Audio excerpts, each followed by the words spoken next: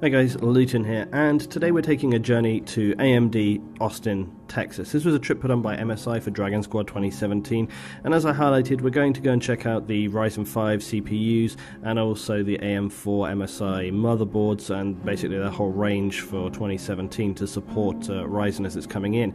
Now this ended up being a really interesting trip. I got to meet some great guys out there, some guys who are YouTube producers, some guys who are tech producers, and the entire environment, basically had a conversation from start to finish of this entire trip, just finding out loads of information and just basically building my knowledge around those systems. But it actually went far beyond that. I mean, one of the things that I've got coming out for you guys is a separate video. I sit down with Wendell and we really sort of get into and break down what you can be looking to get out of Ryzen. This whole thing was just absolutely fantastic. I had a great time. I hope you guys enjoyed this video. I've timestamped it down below if you want to find out some specific points from this video. Please, if you enjoy this video, drop a little like. Thanks for watching. I hope you enjoy the whole trip.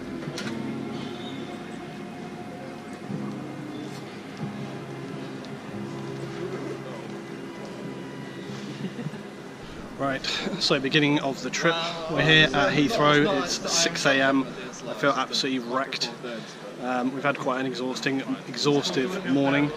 Just meeting up with the guys, so here's Lionheart. Good morning. You're videoing me, I'm videoing you. There's Josh, say hi Josh. Hello. I'm gonna get something to eat because I'm bloody starving, so we'll catch you guys in a little bit.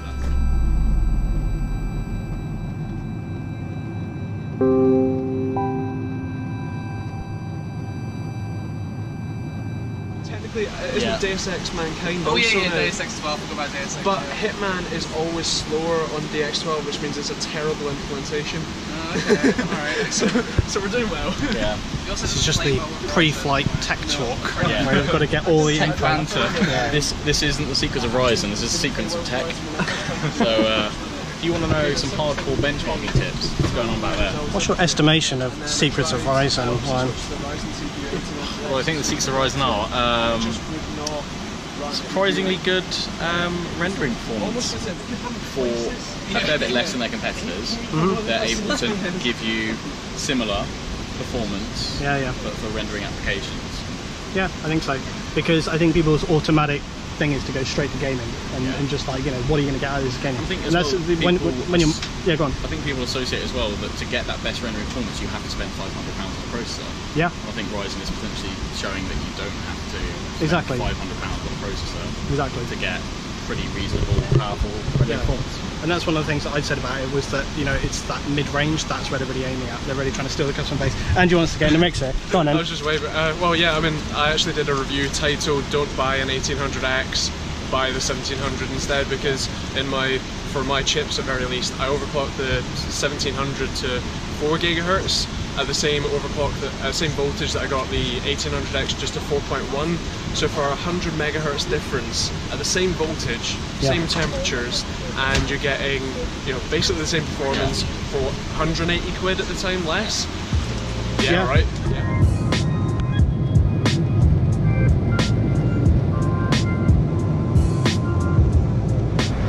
Here we are, we have made it to Toronto, and now we've got a connecting flight to Austin, Texas, which means we're going to go through security again, which will be fantastic and fun. As you can see, the weather kind of sucks outside. And we're on this kind of terrifying walkway, which I don't know what this thing is. I think it's scary as hell. Here we are in Austin, Texas. We have arrived. We've survived. It is currently 11:30 at night. Got up at 4 AM. And now we're here, we're exhausted. Has everybody survived? I think it's 1 million degrees here. How hot is it? Are you hot? Over 9,000! There's going to be lots of this, just like in the trip you turn around and it's like bang, everything. Right, hey guys, we have arrived here in Austin, Texas, finally after our long trip all the way from the UK. I think it was about 15 hours in total, pretty exhausting. But one really nice thing, as we arrive here at the hotel, we discover we have been given a secret gift package from MSI. So I'm going to unbox this now, check it out, see what is inside. Okay, so here we go. You can see the Dragon Squad box right here, Best Secrets of Ryzen. This is actually a pretty sweet looking box. It's actually made kind of like, I guess it's kind of like a compacted cardboard, but It's really nice, kind of solid, and I very much like this kind of wood finish they've got going on. Let's get it open and have a look. So inside the box we have got a Ryzen 5 CPU. I believe this is a 1600X, so that is very, very nice indeed. I'm very much hoping that I'll be able to give these things away to you guys. We've also got this Dragon G Mini Series toy. I think this guy has, like, you can see right here, like this little whirlwind that he sits in. I will probably keep that and put that on my desk, I think. And then below this we've got a Tomahawk B350 motherboard, which of course is part of MSI's new AM4 set to go with the Ryzen. So I'm very much hoping that I'll be able to give this and the CPU away for you guys. Maybe somebody who wants to upgrade their kit, or maybe somebody who wants to start a new PC build.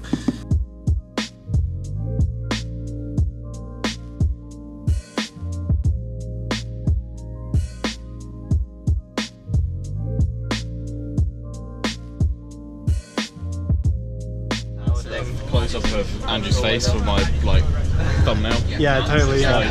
Super excited. I am this trip. I am this trip. Yes.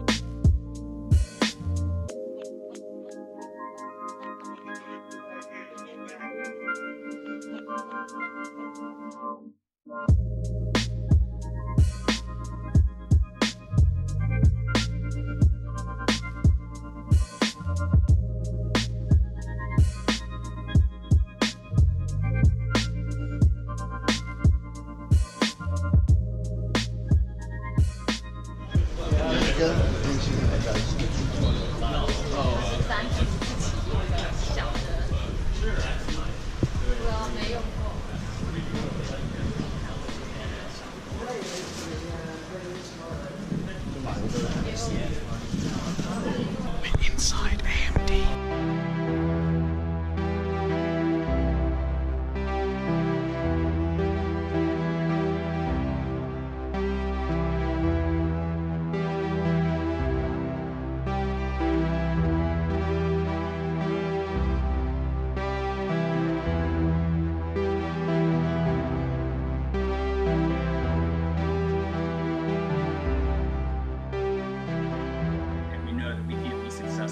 Without working with you, and then selfishly, in driving this strategy forward and driving our compute strategy forward, we'd love to have your feedback.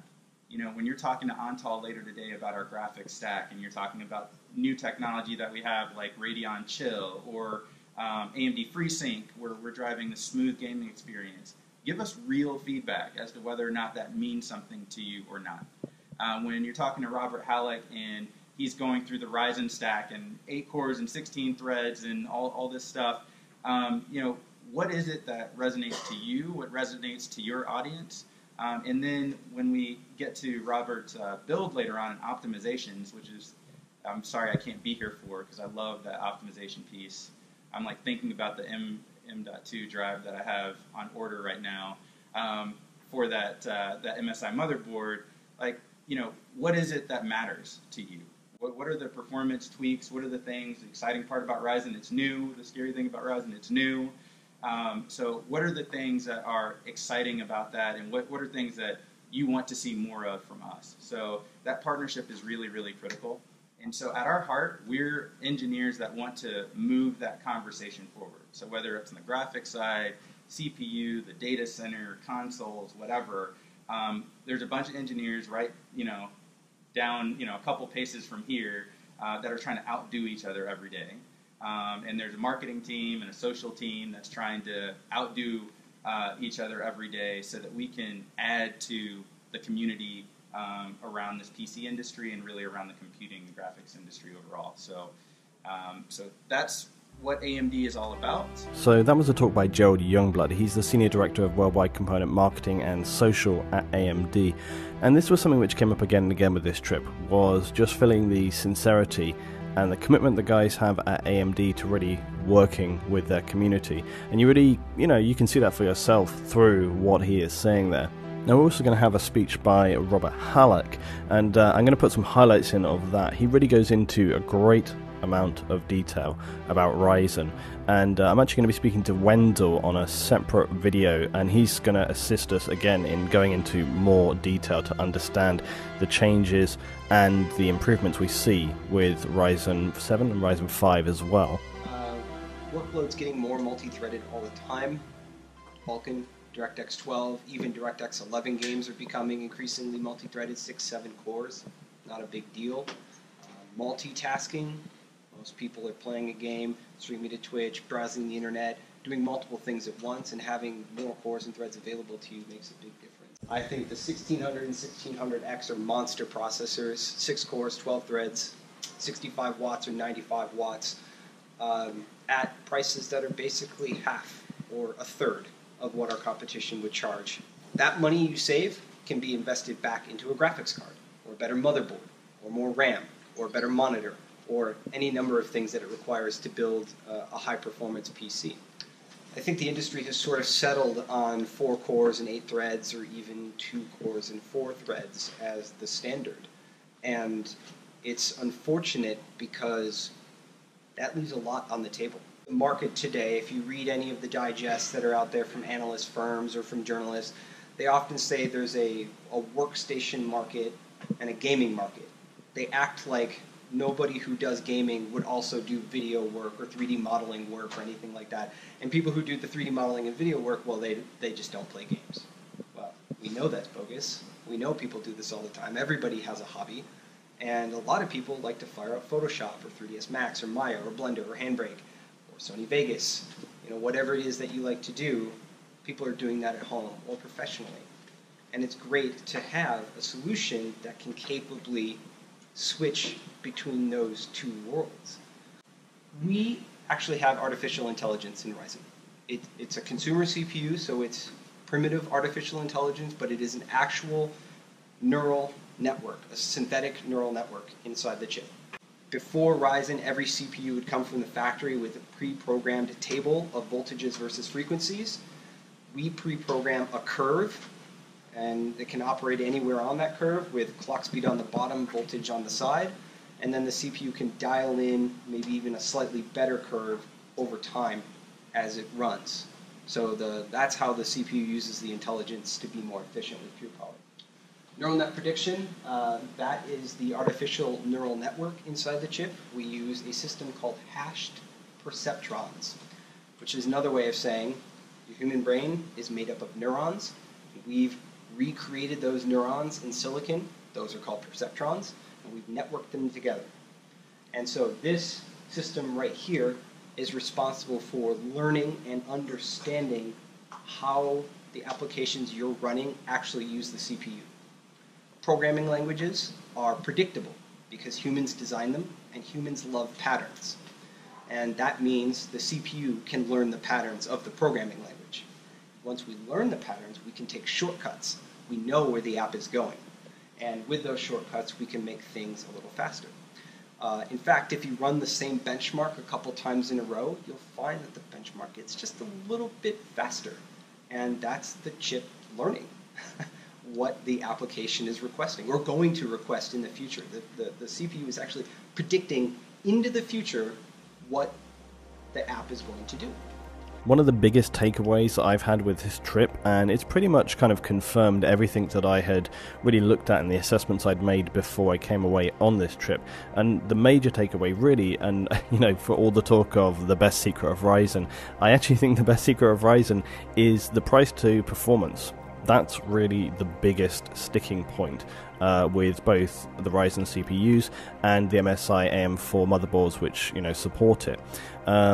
Both of those things together are really, really giving you great opportunities to make selections, to save money, to, in saving money, reinvest that capital into other elements for your system. So really build yourself, in your gaming PC or your workstation, a strong ecosystem. Ecosystem is a word which the guys at AMD brought up again and again, and it's really, really great great analogy for your system. I think very often when I speak to people, you hear people focusing way too much on one component or a different element, or this is going to make my PC blisteringly fast. You've really got to think of it holistically. You've got to think of, it's not just about maxing out the GPU. It's all about considering the quality of the motherboard, the quality in terms of the CPU from what you want to get out of it. Are you going for just a sole gaming system? Or are you going to be potentially streaming on that system? Are you going to be recording on that system? Are you going to be doing multiple things? Are you going to have like a multi-screen setup? How are you going to manage your workflow? And I think that's something where, again, depending on your budget, that's where Ryzen is coming in. That's the best secret of Ryzen for this trip. I mean, it really is. It's the price to performance. And that's something, again, that I'm going to get into more detail with Wendell on an upcoming video. So check that out. So whilst we were here at AMD and looking at Ryzen, of course the other thing that we were looking at was the MSI AM4 lineup. This is 18 plus models, a comprehensive set of motherboards to connect with Ryzen. So what MSI have created with their AM4 series is basically 4 specific categories. You've got enthusiast gaming, that's your higher end motherboards, and they're really going to be if you want to be overclocking or if you're just into the real, top end pro gaming stuff. They've got performance gaming, and that's really a stylistic thing. Think of stuff like the Gaming Pro Carbon. It's giving you a lot of features there in terms of RGB and just generally setting up and stylizing, personalizing your setup. Then you've got the Arsenal Gaming. Arsenal Gaming is their set for basically entry level. If you're looking to still have good features from the MSI boards, but also something that's a build under $1,000, that's really where you're coming in at. And again, that's going to be the kind of board you're going to put together with the Ryzen 5s. And then they've also got the Pro Series, and the Pro Series is really their kind of like business model coming in there as well. But that's their 4 sets for the AM4, which is connecting for Ryzen. Now, another feature for some of the boards in the AM4 series is this new feature, Mystic Light. It's basically a customizable RGB LED on heatsinks and PCB. For those of you who do still want a completely black motherboard, but maybe you're getting in there, they also have an on-off switch, which basically will just disable these. Now, I looked at this a little bit. It also has this kind of color sync feature, which I looked at a little on Twitter when we were actually down in there the other day. And that's actually pretty cool when I was checking it out. Basically, what you can do there is customize and set up all your colors however you would do with RGB, but you can basically set it across the system. So that means you can set your internal colors on the RGB system within the PC itself to sync up with, say, your keyboard and other elements going on. And again, if that's something that you're into, it gives you full customization to be able to do so you can make your PC look as good as you want to and really kind of, keep the color theme going throughout across your whole build. Now, another feature is MSI's AXMP. This is basically for overclocking your memory, and it's basically there to give it better stability. So you have single-click memory timings and speeds. You can set these up in the BIOS. And again, the concept with this is very much in line with the whole ethos. The idea is to make it straightforward, to make it, automatic, easy to do. You don't have to go in and do manual tuning. You can just go in there, select your profile, and it's good to go. And then the last feature that I want to mention is the M2 Shield. Now, more and more people are actually starting to use M2 NVMe's SSDs in there, and the Shield is basically there to protect the M2 drive. It's there to reduce the heat onto it and allow it to run cooler. What that consists of is a heat shield sitting above the M2 drive, a thermal pad below, and that's really going to be protecting your M2 drive, allowing it to run anything like 10 degrees cooler. So it's just going to help protect your system, and that's what a lot of the features in the MSI boards are actually all about. Another feature that I've mentioned before is basically this steel armor on the boards, and I've got this on my current board as well. It's something that MSI have been doing for quite some time now. Basically what that's doing is just helping to protect the connections, so stuff when you're putting your graphics card in or putting your memory in, especially with the GPUs, because they've gotten a lot heavier recently in recent times, and so the idea is that they've strengthened that up to prevent, bending over time, or specifically if you were going to do an SLI, then again it's putting extra weight in there, and so they've just reinforced it to basically protect your board. Okay, here we go. So it's day 2. We're off again to AMD. I think we're going to be playing some games today, and I think we've got a bit of a tour of the facilities, so hopefully I can show you guys a little bit more of the AMD campus and find out some more stuff about it.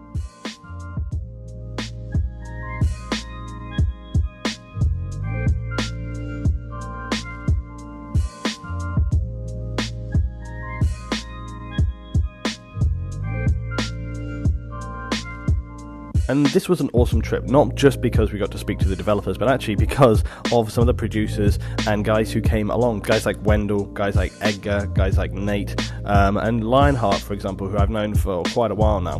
So we moved on to get a good tour of the AMD campus and we'll check it out. And one of the things that they were showing us was other projects that AMD have worked on. Because again, most of the time when you're in gaming, you think AMD, you think graphics cards, you think CPUs. And you remember, of course, that AMD put their stuff into a lot of other things. Stuff like PS4s, Macs, they're putting it into, of course, server farms. But one of the most interesting things for me was finding AMD actually do use some of their products within military systems. Stuff like the synthetic vision system. Now, I'm actually going to be hoping to speak with Dasgro. You guys might remember Dasgro from back in the day. Done a lot of things with him before. Dasgro is an extremely knowledgeable guy when it comes to military systems, and I'm hoping to have a little discuss with him about synthetic vision and the way in which AMD have an application within military systems. So that's going to be interesting. I'm hoping to have that on a separate video coming up pretty soon. Now, another video which is also going to be coming up is I had a great sit down with Wendell at the end of our visit, and we really have a great discuss about Ryzen, about the MSI motherboards, and just also about our impressions of this trip, not just in a technical sense, but actually what we were essentially taking away from speaking to some of the execs here, some of the guys, some of the technical guys, whilst we've been on the visit. So that basically wraps up my trip here in AMD Austin, Texas. We have a little game battle at the end of the session here, and it's basically the guys, we were playing some League, we bowed out, we lost badly. There were many of the guys who had never played League before, which made it pretty interesting, but I think everybody had a really fun time. We then finished our trip with a little tour around Austin, and this was really cool because, you know, I've been to the States before, I've been to New York, I've been to San Francisco, but Austin, Texas was pretty different. It felt to me a bit like real America, you know, it was quite different, and it was really cool to get out onto the lake here in Austin, check it out, and we all had like a really fun time, as well as driving on the bus on the highway about 60 miles an hour in an open bus, which was pretty hilarious. So now me and the guys are going to be on our way back to the UK. I'm looking forward to getting straight into the content, and if you've enjoyed this video, drop a little like, always helps me out.